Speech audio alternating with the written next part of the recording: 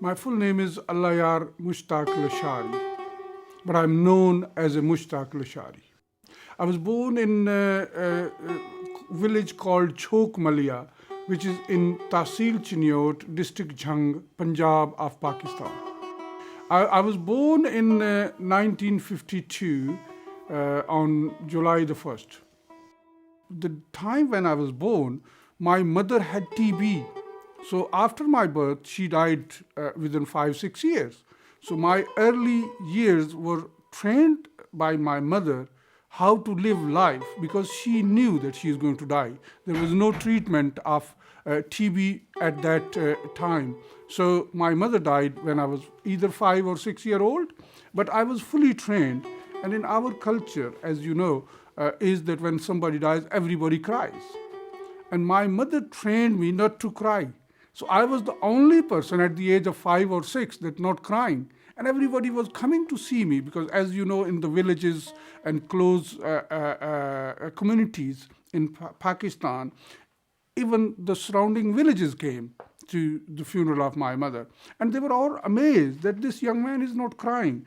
And another thing, I went and I buried my mother with my own hands, a very young child. It was 9 o'clock in the evening, and it was Thursday evening. I can remember that. And the reason why I remember, next day was Friday, and during that period of time, in early 50s, we used to have a Sunday holiday. So I went to school next day, because my mother trained me that you don't have to cry, you don't have to be sad, carry on with your life.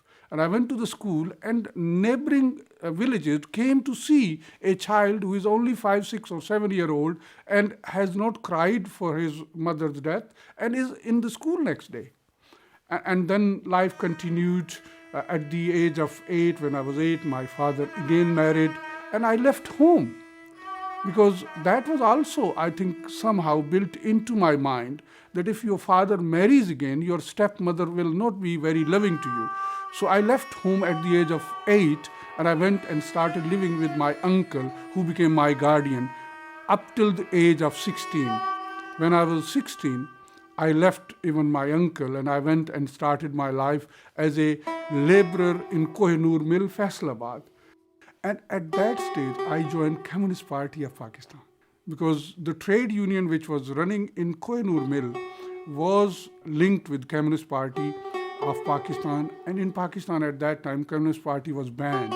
So openly, I was a supporter of Pakistan People's Party, but in hiding or in secret, I was a member of Communist Party, and that is where my political life started in Pakistan, joining the trade union first and then joining the Communist Party. So you eventually joined politics and you became active very early age, and which actually forced you to leave Pakistan. Tell us this story about your political life and how you had to leave and why you came to this country. I ended up joining PIA in 1975, Pakistan International Airline. And immediately after joining PIA, I became very involved in politics of PIA, trade union politics. And at the same time, I was involved in People's Party. On 5th of July 1977, Bhutto was overthrown, as we all know, and Zia-ul-Haq took over. So we led a campaign in PIA to save Bhutto, first release him and bring Pakistan back to the democracy. But when Bhutto was hanged on 4th of April 1979 by a judicial murder, I will say, I became very much involved, and I got involved in all sort of activities against the government. Zia-ul-Haq, because he was ruling the country by gun, I supported even an armed struggle against him. I was not involved directly, but I supported it. So the police and CIA and everybody in the newspaper, it was published that Mushtaq Lasharie is leading a movement in Pakistan International Airline, because I was known opponent of Ziaul, pro-People's Party, pro-Bhutto, pro-trade union. So in 1981, in January, I had to abscond, run away. So I became absconder in 1981 January, because there were many cases. And in Pakistan, I remained up till 12th of June. So I was absconding from Karachi to Ladkhana, from Ladkhana to Dadu, living different villages here, changing my shape, sometimes beard, sometimes mustaches, changing my names. I became different names and running from the police and army, and they were running behind me to catch me. And even at that stage, I was told, I never know, it is right, it has never been confirmed to me, that they were ordered that when you see Mushtaq Lasharie, shoot him. So on 12th of June 1981, I had no other choice but leave the country and come to United Kingdom as a political refugee. There was a price on your head. Yes, there was a 2 million rupees. I mean, as I said, they said if he is arrested, we will give prize. And also, as I said, I had an order from the head of the state, Ziaul, which I was told that whenever he's seen, shoot him, don't arrest him. Because there were incidents, I can tell you, that once I was arrested during this absconding, a very senior intelligence officer came across me, and he said, I'm going to arrest me. But because I was known that I'm an armed struggle supporter, they always thought that I have always a weapon with me, which was not true. I was not that dangerous man. You can see me, I'm not a dangerous man. But the police officer or army officer, whosoever was it, he was very frightened and threatened that he's alone, I'm alone. So he didn't want it to do anything, that I might shoot him. So I took him upstairs, and I put him in a room, and I locked the room, and I ran away. And he made a story which was published in newspaper next day, that Mushtaq Lasharie put gun on my head and escaped. So after that, the police and everybody said, don't try to arrest him. He is a dangerous man, just shoot him. So these are stories which are well known in our part of the world. Okay, so you landed up in London. How did you land up in London? No, because as you know, Pakistan is a part of Commonwealth, and up till 31st of January 1983, we didn't have a visa. Being an employee of PIA, having a visa of Umrah of Saudi Arabia, having a return ticket, I didn't have any difficulty. I took an aeroplane from PIA, being a part of PIA, I knew the system, and I simply landed in London, and they gave me the visa for 6 months. And I came in and I applied for asylum next day, within a week, through Refugee Council. It used to be a Refugee Council. They call it United Kingdom Immigration Advisory Service. So I went to their office and I said, look, I have difficulties. I had newspaper and all sort of proves that this is a political man and he's running from Ziaul. So I was given refugee status in this country within 3 months. Now, all this time, were you married or were you single? What was the situation? No, I was married. My first child, I married in 1973, before even joining PIA. And my first child was born in October 1976, Ghulam Abbas Lasharie, and then in 79, Abdullah Lasharie, and then on 9th of June 80, before I flew here, Benazir Lasharie. I had 3 kids. And when I ran out of country, my wife was expecting my 4th child.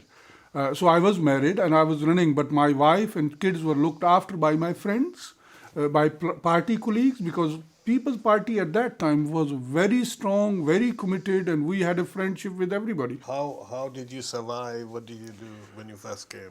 I think from January 1981 till September 23rd, 1981 was the most difficult journey of my life. And when I reflect on it, I really get shocked, because I could have been killed, I could have been flogged, I could have been hanged, because many of my friends or colleagues or my political comrades got flagged, got killed, got hanged, got blown up. But I was one of those lucky few who escaped and came to London. And I say it, on 12th of June 1981, I came, and my family with 3 children joined me in 1981, September 23rd. And I tell you, in Pakistan, this is very norm, and I'll just give one sentence on it. When I was running and I was absconding, my wife was chased by the intelligence agencies. They wanted to arrest my father-in-law, they wanted to arrest my father, and everybody. But they said, look, we don't have any connection with him. He's doing everything on his own. And my wife had to run away from different police and everything and hide herself.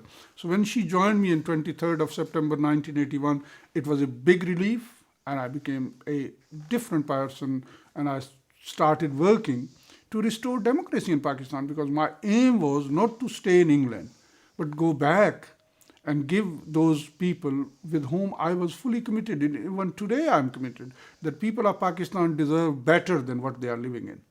So I started campaigning for the democracy. I worked here with the member of parliaments, with councillors, with Pakistani community. We used to have a People's Party here, UK. It is still there. I used to work very closely with them. And then in 1984, Benazir Bhutto joined us here, and she campaigned against Ziaul Haq. And as you know, eventually we got democracy in 1988. You were supposed to be somehow, you're implicated, or somebody said that you're involved with Al-Zulfikar terrorist movement by Murtaza Bhutto. Is it true or what? That was a frustration among some Pakistanis, including me, that we were ready to go to any length to get democracy for people of Pakistan. And we saw no other way. Because if you said G.A. Bhutto or you raise a flag of People's Party, Ziaul Haq used to flag you publicly. He used to hang you. He used to put you in jail, in prison forever. So we thought there was a one way of getting rid of this military dictator to kill him. And I sympathize with Zulfikar. Practically, I never got involved in their activities, but I sympathize. I was one of the sympathizers. Okay, so you came here and you settled in. How did you get accommodation? What did you do? I mean, where did you live? I'm not talking about the daily struggle of, so forget about the politics, how you survived.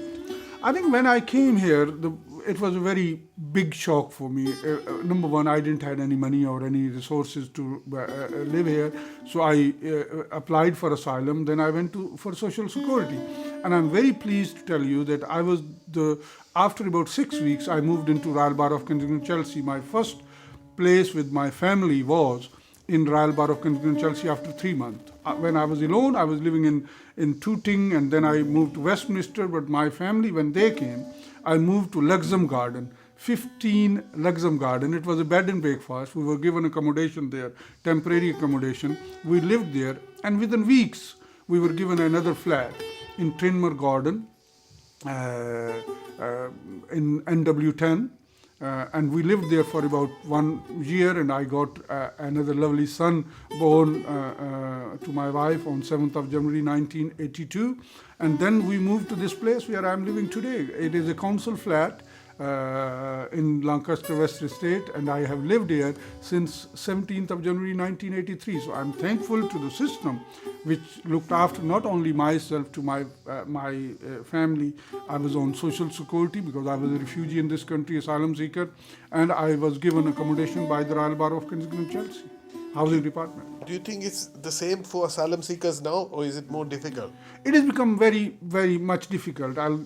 In 81, I think that the attitude of the British and the attitude of whole society was different, because at that time almost 90% of asylum seekers were genuine asylum seekers, and they ran away from prosecution.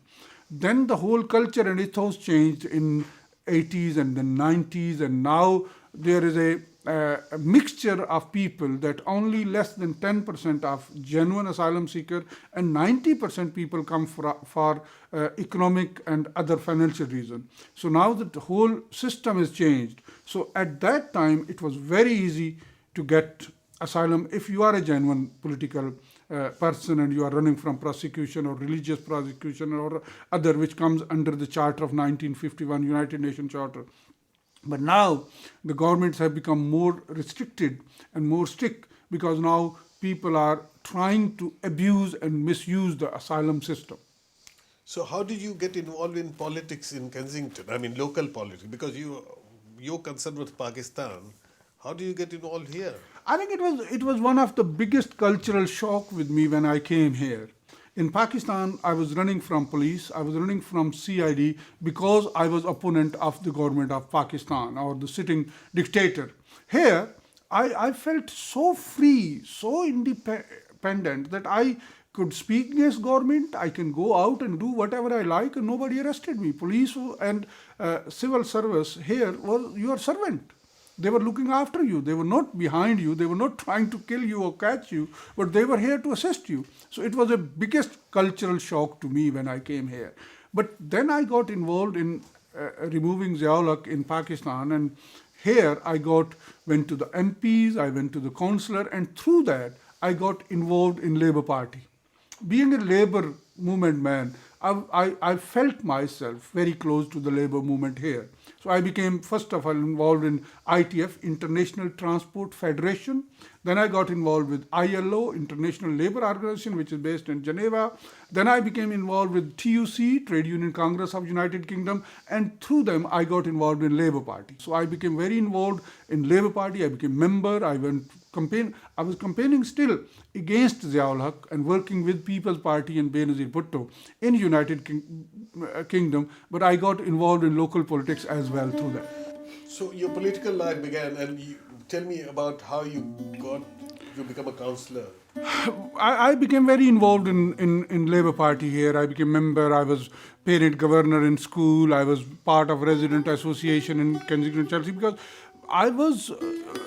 I wanted to get involved. I wanted to serve people wherever I was while I was working for democracy in Pakistan. But I got involved here. In 1988, when democracy was restored, I went back to Pakistan and I worked very closely with Benazir Bhutto for almost 16 months. I applied for a seat in 1992 and I was selected by Labour Party, and then I fought the election on 17th of September 1992, and I became councillor of Royal Borough of Kensington, Chelsea. And then you started this group, Third World Solidarity? On 10th of April, when first time Benazir Bhutto flew back to Pakistan, and at the same time, American aeroplane flew and hit Colonel Gaddafi or attacked Colonel Gaddafi or Libya. We established a small group and went and demonstrated against American embassy for a state terrorism, because I believe today terrorism is very well known word. We said terrorism is of many levels. One is individual terrorism, one is group terrorism, and one is state terrorism. We thought that it is a state terrorism, that a smaller country is being attacked by a bigger country unnecessarily. So we demonstrated there, and we formed Third World Solidarity, which has been going on for past 23 years. Because of my background, I remain involved in third world countries, overseas democracy, human rights issues. So I was very much criticized for that.